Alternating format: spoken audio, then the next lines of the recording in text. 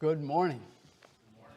Continuing on in our journey, the biblical idea of pursuing happiness. And this is the fourth lesson. Excited about next week. This is a side note now, but Scott Souza will be doing our morning lesson. And Andy will be doing an evening lesson next week, tonight, treated by Mike Franklin. So, fourth lesson today on happiness. We'll pursue one more angle that we haven't touched on yet in 2 weeks. So I hope you'll join us in that. So today, in the biblical pursuit of happiness, just let me get settled here. I always forget to do that right when I walk up. Today we're going to look at how to produce happiness. You know, there is a thought that pervades Christianity, and I had it for decades. And I've said it before, I'll say it again, that joy is eternal and can't be taken from us, and that's true. Rejoice in the Lord always, Philippians 4:4. Rejoice in the Lord always, and again I say rejoice, good times, bad times, troubled times, always. And so joy can't be taken away, but there's also the most common idea that happiness is just circumstantial.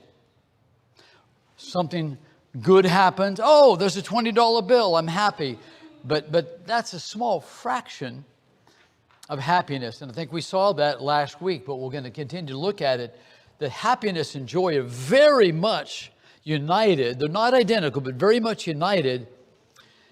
And happiness is under our control. Most of the time it's not circumstantial, although there are losses and experiences that will cause us true grief. And we may not be able to say at that moment that we have happiness. For the most part, it's under our control, and we can manufacture it with God's help. He tells us we can. So we're going to look at that today. So one day a woman walked up and greeted a little old man that was rocking in a chair on his porch. She said, "I couldn't help notice how happy you look. What's your secret to long life?" The man said, "I smoke 3 packs of cigarettes a day. I also drink a case of whiskey a week, eat fatty foods, and never exercise." She goes, "That's amazing. How old are you?" 26. I can guarantee you, anybody with that lifestyle is not happy. They may get momentary pleasure out of those small things, but they are not happy. That destroys relationships and everything else. So not to belabor that point, but there you go. 26. All right. So we've been looking at keys to authentic happiness. Authentic happiness. And one we looked at about 3 weeks ago was holiness creates happiness. God said in 1 Peter and in the Old Testament as well, 1 Peter 1:16, "Be holy, for I'm holy." And we mentioned that that's the only term in the entire Bible that's used 3 times in succession to describe God. Holy, holy, holy. And he says, He's holy. We were designed, created, and intended to be devoted to Him, devoted to His service. We're designed to be holy. And when something functions well, you name any device you have or any person you have, when they function properly, that brings about satisfaction and joy and happiness. And when we are functioning well, we're being holy, happiness is a natural byproduct. It's going to happen because it's on purpose. We go, "Lord, I am yours. I wouldn't want to do anything else but be your servant in any way that I can be." That brings about happiness. That was our first lesson. The second one, and so here's a follow-up verse to that. John 15:10. Jesus speaking says, "If you keep my commandments, you will abide in my love." Nothing better than that. just as I have kept my Father's commandments and abide in his love. These things I have spoken to you, so that my joy may be in you and that your joy may be complete. Keeping his commandments is being holy, and it makes our joy complete, full, nothing lacking, the best. So that's holiness brings about happiness. The next idea that we looked at is that our conscience protects and guides us. The conscience is as a gift from God, I don't know if it's in a voice, in the thoughts, how it works. It may be different for different people, but through the conscience guides us and protects us. It says, keep on. You're on the right path. I'm testifying, as Paul used the term, his conscience testified. I'm conscious, I'm testifying you're doing well. Or the conscience saying, no, bad choice. Don't do it. Pull up. It's our guide and protector. When we disobey our conscience, well, let's look at 1 Timothy 1:19. Paul is speaking to Timothy, keeping the faith and a good conscience, which some have rejected and suffered shipwreck in regard to the faith. When we neglect our conscience, when we shipwreck our faith and our conscience, we're not doing the very thing that God created us to do. And there's no way a person can have authentic happiness or deep joy in that kind of a situation. So the conscience helps us stay on the right track. It increases our happiness by guiding us well, if we protect it, as we train it, as we spoke of before. So we haven't discussed this yet, but today we're going to look at two main points. Scientists are saying that there's great practical value in happiness, tremendous. And if you read the research, I'll touch on it, but if you read the research, and it's easy, I can let you know where it's at. It surprised them. The researchers, that the social scientists weren't expecting to find what they found. So we're going to look at that, and I'll tell you why. Because you may say, well, who cares? They're not. You're right. They're not inspired. But I think it has a really neat tie-in. And then the last point we'll look at today is, how do you do it? I've got some miserable days sometimes. How do I go about producing authentic happiness? So we'll look at that in brief, but enough that you'll have the tool. So let's talk about the scientists today, social scientists, psychologists, psychiatrists, those researchers at Stanford and Harvard and a couple other places. They are saying that the blessings, the benefits, maybe I should have put that, because they're not using the word blessings, believe me, I haven't seen that yet. I should have said the benefits of happiness caught them off guard. Unexpected, wonderful, powerful. Maybe one of the greatest influences in the life of people.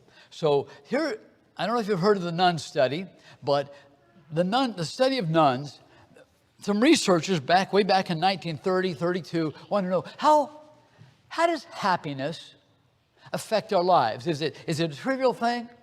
Is it worth pursuing? How does it affect our life? Does it have any impact at all? And so they said, how are we going to study people? Well, it's kind of hard. Even if we choose people randomly, some may live in Utah, which is a pretty healthy, clean state. People live longer in Utah than they do their neighbor, Nevada, where a lot of gambling, smoking, drinking, and this kind of thing, and more pollution in the big city of Las Vegas goes on. How are we going to narrow it down and get rid of as many variables as we can to make sure that if we come up with a conclusion, it has to do with happiness and not genetics or wealth and social standing, intelligence. So they said, nuns. We'll choose nuns that all live in the same house, so they're breathing the same air, drinking the same water, they're eating the same food, same religion, no children, no husband. That probably increases their lifespan. No, but no husbands. They got rid of as many variables as they could And they started, and all these nuns were between 18 and 22, all about the same age. And they made them write when they got accepted to the nunnery or whatever, I can't remember what they call it, the mother house. When they got accepted, they had to write a short biography. And so they did, and they took these biographies and they said, wow. And I had them on here, and I said, less than too long anyway, but I had, you can get copies of a couple of the letters, and one is overflowing with joy and eagerness, and I can't wait, and another one says, I was the oldest of 7 children, 5 sisters and 2 brothers, and I have joined this, and I'm going to serve God to promote religion and to my satisfaction. And that's not a quote, but that's pretty close. I said, well, the first one's a lot happier than the second. So they took the 180 nuns, divided them into groups of 45 exactly. So we're just going to watch them. And for a long time, it was the longest study on adult behavior ever, anywhere. It went on for over 70 years, 75 or something like that. Just ended around 2012. Okay? So here's what they discovered as they watched these nuns closely. And the nuns, by the way, many of them agreed, which surprised me, but many of them agreed to donate their brain to science so that when they died, scientists could look at it and say, hey, any Alzheimer's going on here? And what's the health of the brain? Or like that Daniel Amen or whatever his name is, he studies brains. So many of the nuns agreed to do that as well. So tremendous amount of wealth of information. So here's the happiest group. And then there's they have 4 quadrants, but they took the very happiest group. They took them all, but we're only going to look at the happiest group versus the least happy group. And look at the amazing outcome. 90% of the nuns in the happiest group were still alive at age 84. That's over the national average. 90%, 41 nuns in that group still alive. Unhappiest group, only a third still alive, only 15. About 2.5 times more, 250%, if you like percentages, more the happy nuns than the unhappy nuns, just on how long they lived. Then, by age 94, over half of the happy group still alive at 94. One exceeded 100, but the study didn't tell me by how much. But 54%, 24 of them still alive at age 94. And in the unhappy group, 11%, 5, 24 to 5, almost a 500% difference, 5 times. Incredible to me and to them, to the researchers. Not only that, but the people, the women in the happy group, far healthier. In the unhappy group, more Alzheimer's and you name it, heart disease and all of it. Just far healthier in the group that was happy. Their happiness God intended for all of us to have it. Their happiness affected their physical life dramatically in length and in quality. And no surprise, right? We're not surprised, but these researchers who, to me, it looks like they're not believers, or most of them, they say, we have Ecclesiastes 3:22. I have seen nothing is better than that man should be happy in his activities, for that is his lot. That's God's desire, for every one of us to be happy. All people to be happy, but you can't really be happy unless you're God's, unless you're holy, but that's his goal. Nothing better than that man should be happy in his activities. In Proverbs 3:13, how blessed is the person, who finds wisdom and gains understanding. This is from our reading. Right there, how blessed, we've talked about it before. In the New Testament, this means, the word blessed means happy, makarios. This is Hebrew, I know that, but in the New Testament, it means happy along with God's approval. Yes, good for you. I'm proud of you.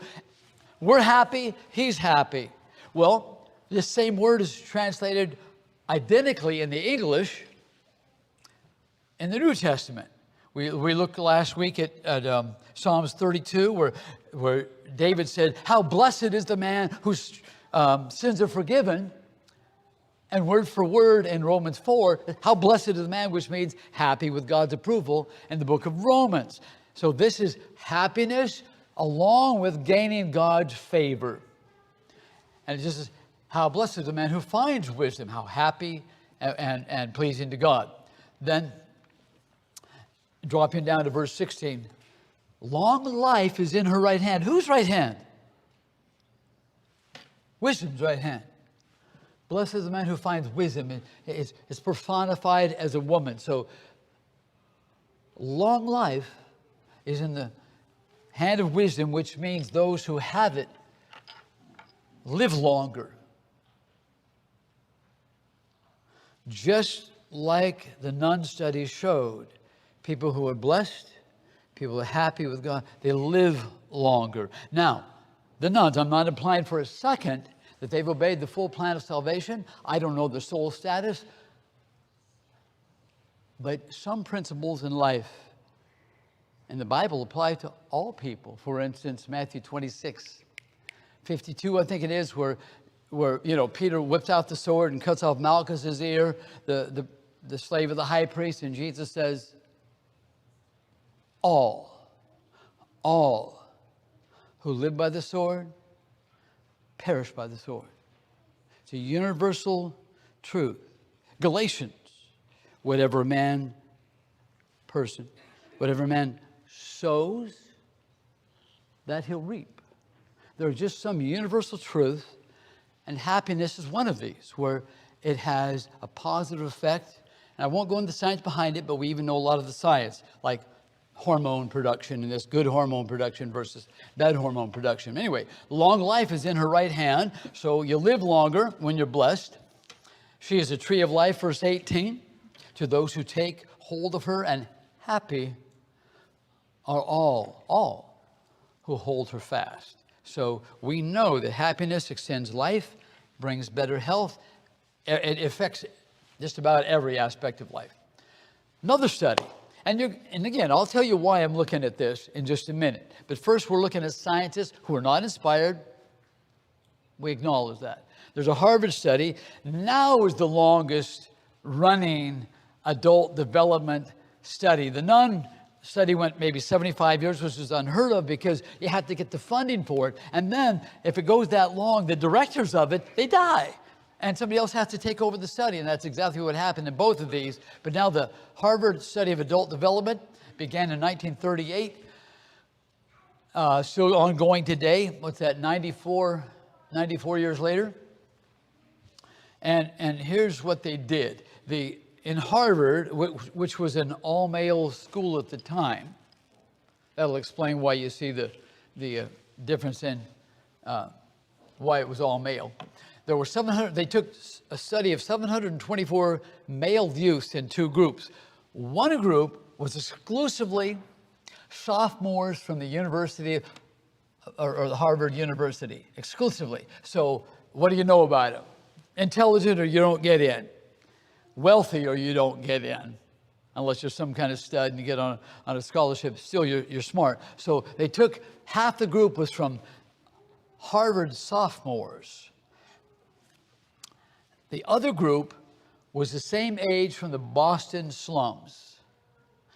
Many of them so poor, this is before World War II, just after the Depression, were so poor they didn't have running water in their home. And they lived in a city. Pretty bad. They were really poor, all kinds of alcoholism, just you'd say disadvantaged compared to the young men that were students at Harvard, high IQ and lots of money and that kind of thing. And so they did this study. It's still ongoing. Only a handful are alive. The last stats I got were from September last month. Most are not around anymore. But the most important factor they discovered in happiness and physical health. What was it? Well, they guessed first. Scientists want to do that. I hypothesized that genetics are going to be the biggest determinant. His mom lived long, her mom lived long, and genetics or IQ, make better choices, or wealth, can afford better medicine. Lots of factors. What was another one? Genetics, wealth, social class, or IQ. But it wasn't any of those. None of those led to those that were successful. Those things we just mentioned didn't play a part. What did was close ties with family, friends, and community. And of course, they don't say church because these guys aren't Christians. It's the majority again. But who knows how many of the ones that did well were members of the church. But family, friends, community that brought about happiness. They were close ties to it, brought about happiness. That's what led to the successful lives and the happy lives. There was even a president, John F. Kennedy, was one of the study people in the Harvard group, not the slum group, as you might guess. Here's what they found. They studied these guys closely. They sent them questionnaires. They went to the living rooms. They got in their house to see the living conditions. They took blood samples, everything. They closely monitored these men, these 724 men. And they found that those who were the most satisfied at age 50, yeah, I'm just a fortunate guy, man. Life is good. Everybody has a problem, but life is good, and I'm glad to be alive. Those that were most satisfied at 50, they were the healthiest at age 80.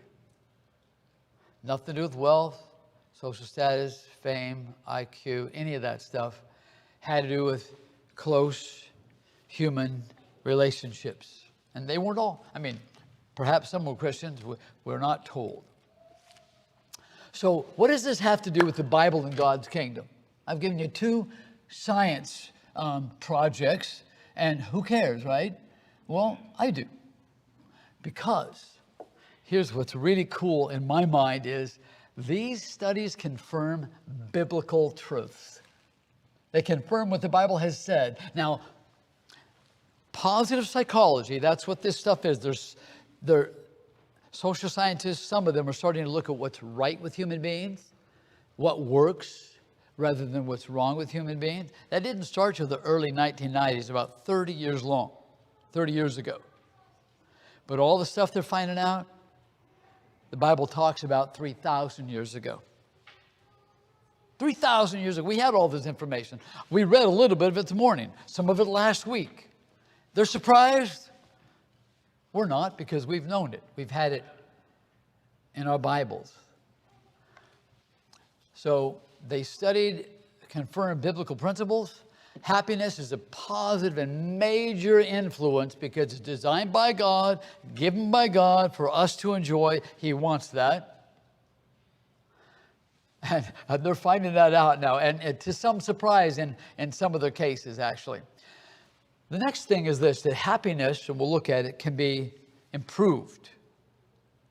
What Christian doesn't struggle at times? What Christian doesn't have a downtime in their life? Certainly some of us today, I would imagine. And so happiness can be, I should have put improved and created, but it can be improved wherever you are right now. And it can be created, manufactured, synthesized is the word that the fancy pants scientists use. We can synthesize happiness. Now you know a fancy word. Okay, this is new science, 30 years, old information. We've had it, we've read from the book of Psalms written over 3,000 years ago, Proverbs about 3,000 years ago. Even the book of Deuteronomy deals with this 3,500 years ago. We've known it. I say hallelujah. I'm glad they're discovering it. It just confirms the beauty, the power of the Bible, and that Christianity works. Amen. Christianity works. Tangible, benefited everybody in the world wants to enjoy. So I say, great, keep up the research. When it disagrees, it's going to be wrong. But I love it when science confirms what we've known forever. They go, yeah. Okay, so one to go along with living longer and being happy with close social ties. A joyful heart, Proverbs 17:22. A joyful heart is good medicine. Literally, from what I read, and I don't read Hebrew, but I can read about Hebrew, it means a joyful heart is good healing, is what two people said that I read. Good healing. But a broken spirit dries up the bones. You know that's true. When we're happy, we produce good endorphins. And I can't remember all the names right now.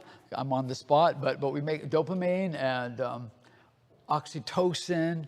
And when we are not happy, we also make bad, harmful hormones that attack the circulatory system and harm us and shorten our lives. And in some studies, they say that unhappiness shortens our life like smoking 2 packs of cigarette a day or 8 to 10 years. It's significant. And by the way, this is free, but did you know that you even make oxytocin? He talked about close ties and this kind of thing. Scientists now know that if you shake someone's hand, you have physical, you remember the mask, or, if you shake someone's hand, your body produces a little bit of oxytocin. If you hug somebody, more oxytocin. A joyful heart is good medicine, but a broken spirit, unhappy spirit, dries up the bones, destructive, harmful to our lives. Companionship. Again, they're just confirming what the Bible has said. Genesis 2:18, then the Lord God said, it is not good for man to be alone. I will make him a helper suitable for him. So if something's not good, another way to say it is, it's harmful. It's harmful for us to live isolated lives, and that's probably one of many purposes for God's kingdom that we call the church, is for association and support and edification and companionship. Not good for man to be alone. The Bible has said that for a long time. And companionship helps heal the body and refreshes our bones. So, last point, a few slides, but the last main point is that meaningful happiness can be improved. So let's say that you're going through that season again that's very unpleasant, you're unhappy. You can change that. That is absolutely, that's under our control. Improving where our happiness level is. We can even make it when we don't have it. So, simple fact, not all Christians know what I'm sharing with you today. Not all Christians know that they can increase their level of happiness. How do I know? I'm no social scientist, because I was one. We're learning things today I didn't know for a decade or two, maybe longer as a Christian. And I've talked to other Christians. And again, back to that thinking that, happiness is circumstantial. I can't control it at all. It controls me. And joy is the only thing that I can. And there's this pervasive idea. I think it's really diminishing in the church. I hope it is. And among just believers in general, that life here on earth is terrible. Just grunt your way through it, grit your teeth. And look, yeah, man, there's pain. We've talked about that. There's suffering. Yeah, we've talked about that. It's not terrible. It's meant, as we looked in previous verses, life is meant to be enjoyed. And when we express happiness, we glorify God because we're achieving the purpose that we want. And I'd like to we studied Psalms 32 last week, but just one quick verse.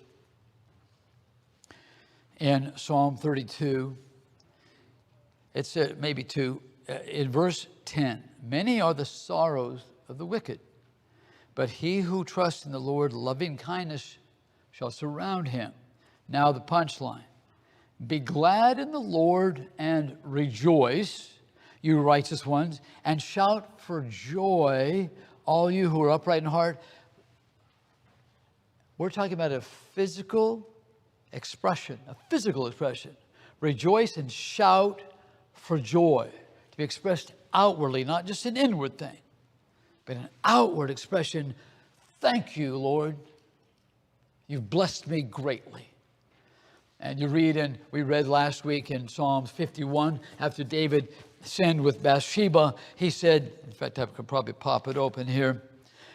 Psalms 51:12, David making a request and then making a promise. Restore to me the joy of your salvation and sustain me with a willing spirit. Then I, David, will teach transgressors your way and sinners will be converted to you. Yeah. If we understand the depths of what we was talked about today on the Lord's Supper and what God did, an incredible thing to save us, how can we hold back? And David says, I will teach transgressors your ways and sinners will be converted to you. That's just a natural expression of happiness in the Lord, if we have it. Not all Christians know that, and so they don't do much about it, but we can change that. So question for you, do you ever do a mental run through of your day, like before you get out of bed to say, okay, maybe you pray a little bit and say, okay, I'm going to do these two things. My goal is to accomplish these two things, and I want to avoid that meeting. I wonder if I can get out of it because it doesn't have any value, and I want to greet that person at work and cheer them up because they're suffering. And do you ever go through a mental planning in your day? Raise your hand if you ever do. Anybody do that? Because I do that now. Okay, and so you plan the various tasks you're going to tackle. Here's the question. And I don't know the answer. Some of you are ahead of me in this category for sure. But how often do you specifically plan for happiness? Specifically. I've got something I don't want to do today. But since it's unavoidable, and since I have to, you know what? I'm going to tackle it. I'm going to tackle it with zeal for God. With joy that I'm alive and have the ability to do it, even though I don't want to. How often you specifically plan for happiness? I'm going to hit the day with joy and happiness in my heart. I think that's key. Matthew 5, Jesus is teaching us that we can plan to put more happiness into our lives. So just take a quick look at Matthew 5. I just wrote down the first part of each verse here. But social scientists, they say we can improve our happiness, and they're right. They're right because Jesus tells us we can improve our level of happiness. And here's some of the places where he says that. He gives, I count 10 verses where he says, blessed are the poor in spirit. That means happy and approved by God. Verse 5, happy and approved by God. Happy, well, is that just a fact that we read and we do nothing about? Or is he saying that if we work on our gentleness, we'll enjoy more happiness? We'll be blessed. Let's say that, there's someone at work that's causing a problem. Well, we're going to show them mercy because it says, blessed are the merciful in verse 7. We're going to go out of our way to show them mercy. Under our control. And this is the promise right here. Want to increase your happiness? Then we can work on these specific 10. There's more than that in the Bible, in the New Testament. But we can specifically say, what needs the most work in me? And decide to do that. Decide to be blessed as a peacemaker or hungering and thirsting for righteousness. All of those things, they bring happiness and God's approval. There's something we can do. I'm not going to go into depth, too much to cover, but you know where these are. Matthew chapter 5, and you have the ability to pursue them as you pursue happiness in God. So can money buy happiness? Yes and no. If you would have asked me before I put the lesson together, I would have said, of course not. But that's not right. So let's look at that. So No is one answer. Lottery winners compared to permanently injured folks. They did a study. It may have been by CNN. I didn't write down the documentation for you, but I think it was CNN. You can look. It's easy to find on the internet. So they decided to study the happiness level, how it changes with people who win the lottery, a minimum of 50,000 up to the maximum of what, 1.3 billion or something like that. But how does that change their happiness? And they decided at the same time to study people who were paraplegic or quadriplegic. They've recently lost the use of 2 of the limbs to 4 of the limbs. How does that change their happiness level? And so, do you know about this already? I mean, you don't have to raise your hand, but of those that win the lottery, the majority are less happy after they win the lottery than before they won it. The average people that win it spend it all in 5 years and go into debt. So now they have more pressure than they ever had before. And of course, they're humiliated because they're broke but worse than that, they claim that it destroys relationships. Because once you win the lottery, it's not a secret. You sign something that says they can publish this information. Not only do all your friends and all your family find out about it, but the whole world knows about it. So all the time you got people, I'm starving to death, and they got all these stories, and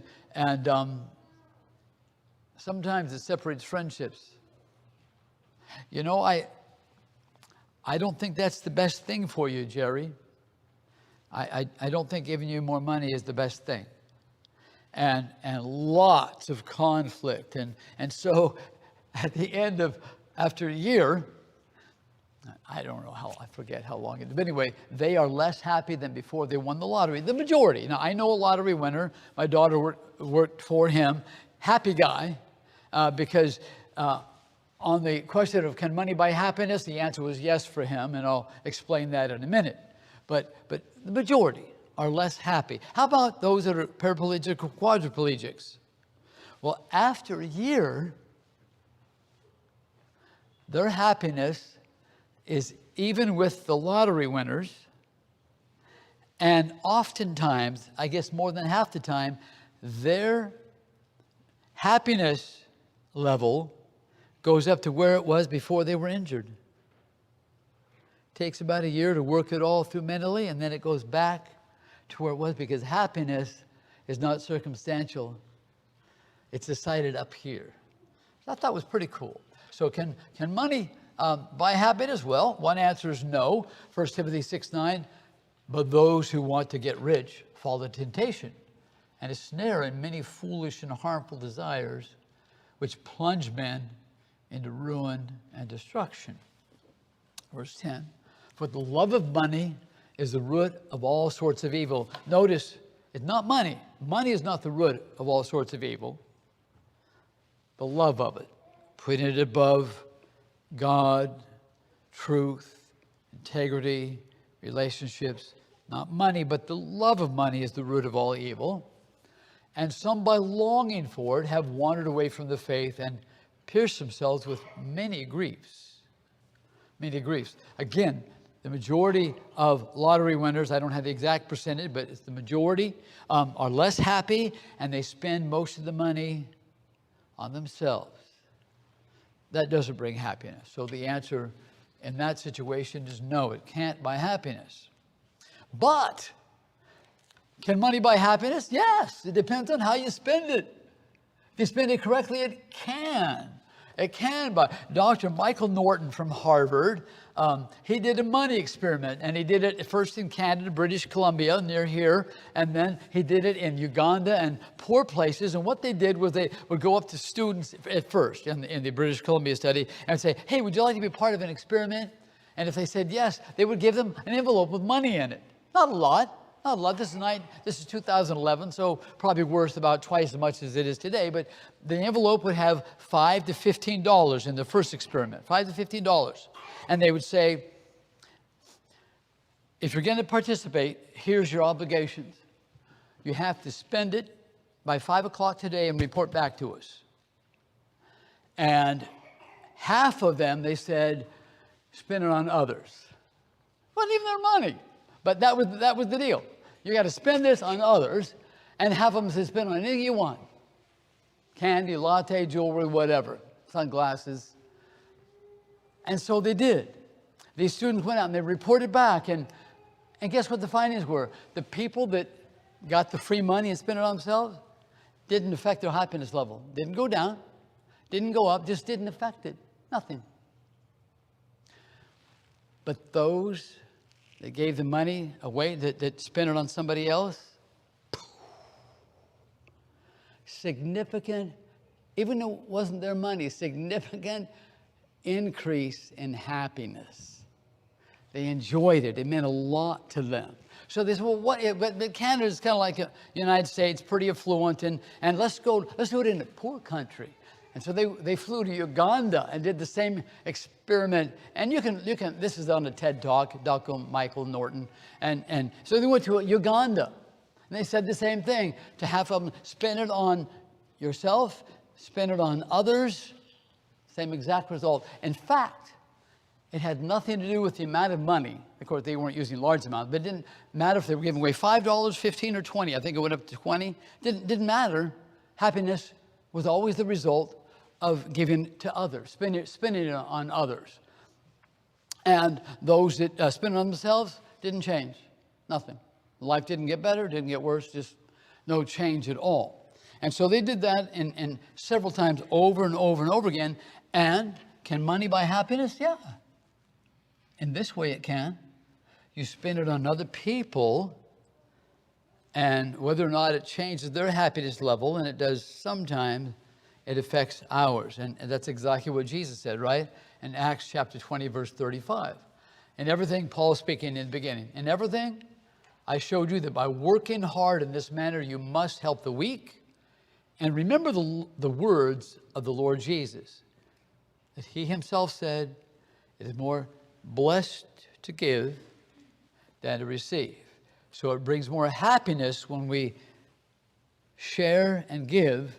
And I like receiving. I mean, you really should do it as an experiment and give me things, Jamoke almond fudge, cash, and just see. I want to make sure the point is, Jesus said it, so it's true. Absolute truth.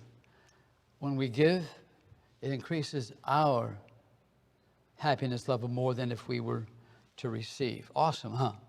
So we bought this isn't it, but it was a better picture, so I bought a little, small little chainsaw, like under 2 weeks ago. I read all the directions, and they weren't bad. They had some errors you had to figure it out, but they weren't bad. And it said, okay, before you cut anything, tighten the chain. And to this certain degree, but not too much. And put oil in the automatic oiler, or if you don't have one of those, then you put oil on the chain itself. But put oil in the automatic oiler, and there were a couple other things. And guess what? If you don't do that, it's still going to work. It's still going to work for a few minutes till it burns up and is destroyed. But there's a way to get the most out of a chainsaw. That's exactly right when it comes to human beings, especially God's children. You want to make the most of your life, not burn up and get destroyed, but you want to enjoy that joy and the happiness and get the very most, maximize your life. We've got an instruction manual. Jesus gave us several that we looked at already today. There's things we can do directly increase our happiness or to create it if we're almost out. We'll end with Proverbs 3:1. My son, do not forget my teaching, but let your heart keep my commandments, for the length of days and years, longer life. Let your heart keep my commandments, for the length of days and years of life and peace they will add to you. The lesson is yours, and may happiness be yours as well, as we live in holiness, live by our conscience, and we use Jesus' instructions to create or increase our own happiness. That's our lesson. Thank you so much. If you have a spiritual need, we're here to help in any way that we can. Community, as the study said. Or your family, if you'd like to become a Christian, we can help you with that, or other spiritual need. Just let us know. Let's stand at this time, sing the song of invitation.